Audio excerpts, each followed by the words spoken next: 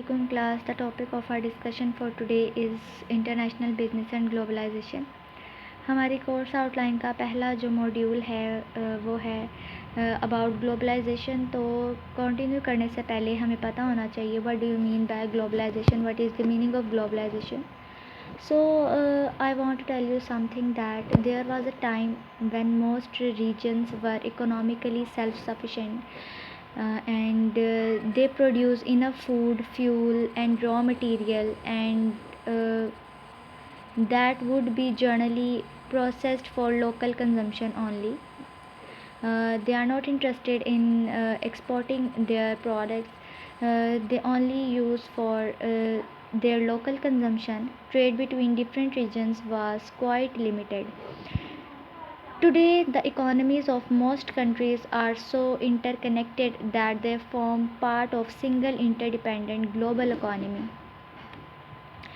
आज के दौर में ये ज़रूरत बन गई है कंट्रीज़ की कि वो एक दूसरे के साथ अपनी नीड्स को, वांट्स को पूरा करने के लिए ट्रेड करती हैं among several countries, so that they can make a mark in the universe and in around the globe.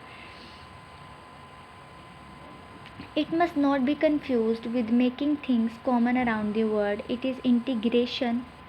It would be known as integration, not simulation. Globalization is a consequence of increased trade across nations.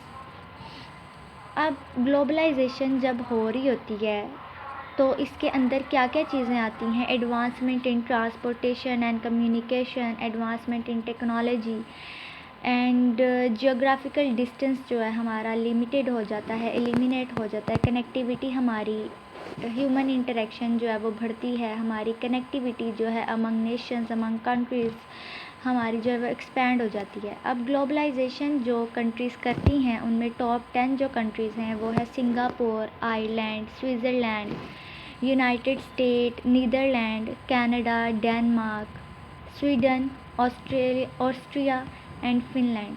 ये जो 10 countries हैं ये वो countries हैं जो कि globalisation करती हैं आपस में एक दूसरे के साथ.